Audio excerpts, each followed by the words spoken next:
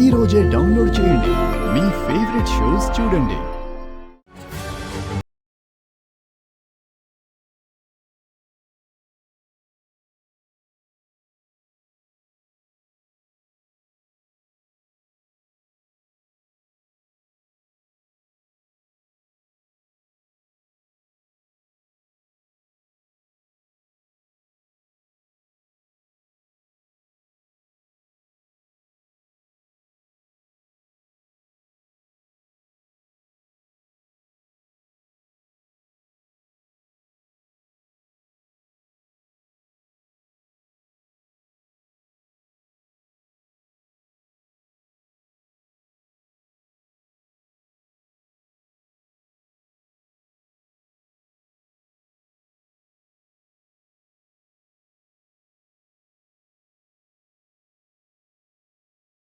డేంజర్లో పడతావు. ఆ తర్వాత మీ నాన్నని ఎలా అయితే ఇబ్బంది పెడుతున్నారో నిన్ను వాళ్ళు అలాగే ఇబ్బంది పెడతారు. అవునానంద్, అమ్మగారు చెప్పింది నిజం. నువ్వు మాత్రం చాలా జాగ్రత్తగా ఉండాలి. సరే రాజు.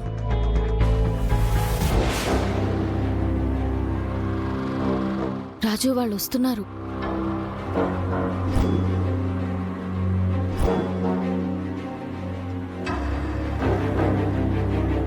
వాళ్ళ మొహాలు చూస్తుంటే నాన్నాచుకి తెలిసినట్టు లేదు.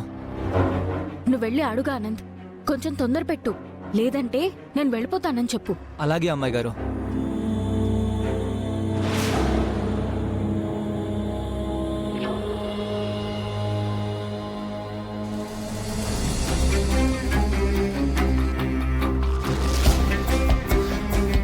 రుక్మిణిని ఎలా చూసినా నా రూపలానే అనిపిస్తుంది. రాజు రుక్మిణిని చూసిన ప్రతిసారి రాజు రూపల్ని చూసినట్టే అనిపిస్తుంది. దురదృష్టవశాత్తు రుక్మిణి మనసులో ఆనంద్ ఉన్నాడు. లేకుంటే రుక్మిణిని రూపస్థానంలో ఉంచేవాణ్ణి. రాజుకి భార్యగా, బంటికి అమ్మగా, నాకు కూతురుగా, ఈ ఇంటికి నిజమైన వారసురాలిగా చేసేవాణ్ణి.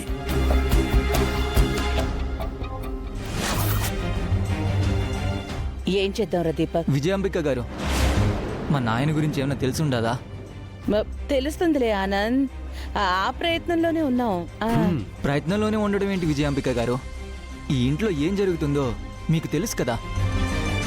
సూర్యప్రతాప్ గారు రేపే ముహూర్తాలు పెట్టిస్తా ఉండారు. మా నాయన యాడున్నాడో తెలియకపోతే ఆ ముహూర్తాలు కూడా పెట్టనివ్వను. ఆవేశపడకాను. మీ నాన్న ఎక్కడున్నా తీసుకొస్తామని మాట ఇచ్చాం కదా, ఆ మాట ప్రకారమే మీ నాన్నని తీసుకొస్తాం. ఎట్లా తీసుకొస్తారు? ఎప్పుడు తీసుకొస్తారు? రాజు,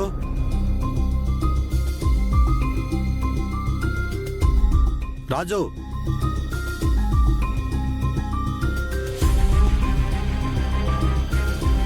రాజు. పెద్దయ్య, ఏంటి పెద్దయ్య? ఏం లేదు రాజు, మన పంతులు గారి కబురు పెట్టమన్నాను. చెప్పావా? చెప్పాను పెద్దయ్య, ఉదయాన్నే వచ్చేస్తారు.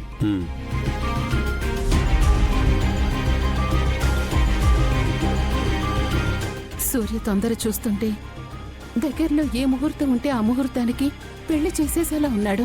అప్పుడు నిజం తెలిస్తే సూర్య తట్టుకోలేడు. సూర్య కోపాన్ని ఎవ్వరూ తట్టుకోలేరు.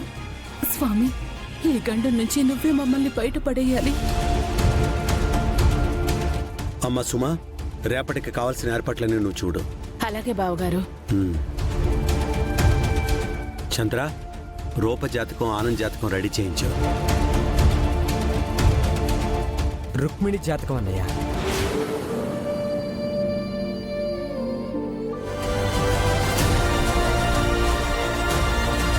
అయ్యా, ఇద్దరి జాతకాలు అద్భుతంగా ఉన్నాయి.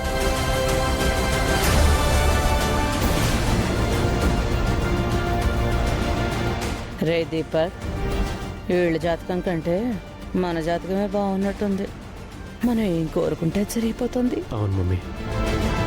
అయ్యా, వీరిద్దరి జాతకాల ప్రకారం మాఘమాసంలో మంచి ముహూర్తాలు ఉన్నాయి.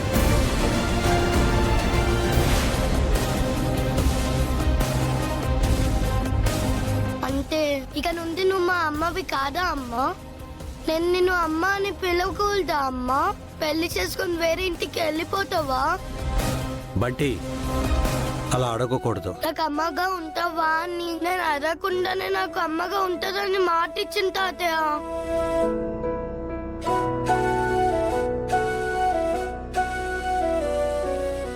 బంటి నేను మాటిచ్చినట్టే నీకు అమ్మగా ఉంటాను.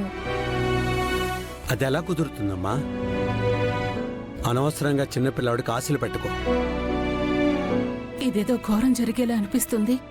సూర్యకి నిజం చెప్పిస్తే బాగుండనిపిస్తోంది. రాజు రూపలు మాత్రం ఏదో మొండి ధైర్యంతో ముందుకు వెళ్తున్నారు.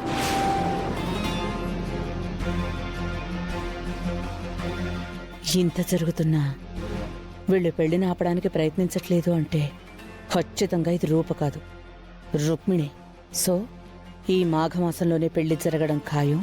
ఈ ఆస్తి మొత్తం మా సొంతం అవ్వడం ఖాయం. బంటి నువ్విలారా. రా బంటి.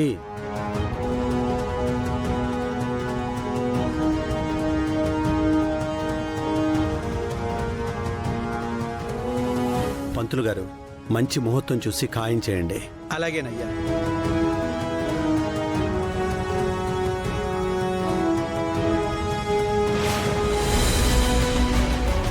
విజయాంబిక దీపక్ అనుకుంటున్నట్టు ఈ ముహూర్తం పెళ్లి కోసం కాదు, రాఘవని తీసుకొచ్చి పెద్దయ్య గారి ముందు నించోబెట్టడానికి ముహూర్తం. రాఘవ నిజం చెప్పే ముహూర్తం.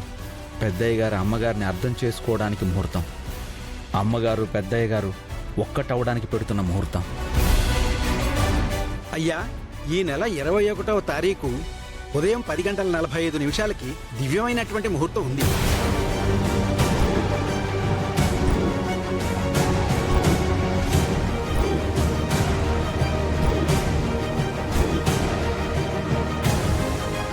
ఆ ముహూర్తాన్ని ఖాయం చేయండి. అలాగేనయ్యా. మరి నేను బయలుదేరుతాను. ఒక్క నిమిషం పంతులు గారు, మీరు కూర్చోండి. చెప్పండి అయ్యా. ముహూర్తాలు పెట్టేశాక ఇంకేం గుర్తొచ్చిందో? మీకు తెలిసిన ఒక మంచి అమ్మాయి ఉంటే చెప్పండి. అమ్మాయా? అవును పంతులు గారు, బంటిని చూసుకోవడానికి ఒక అమ్మ కావాలి.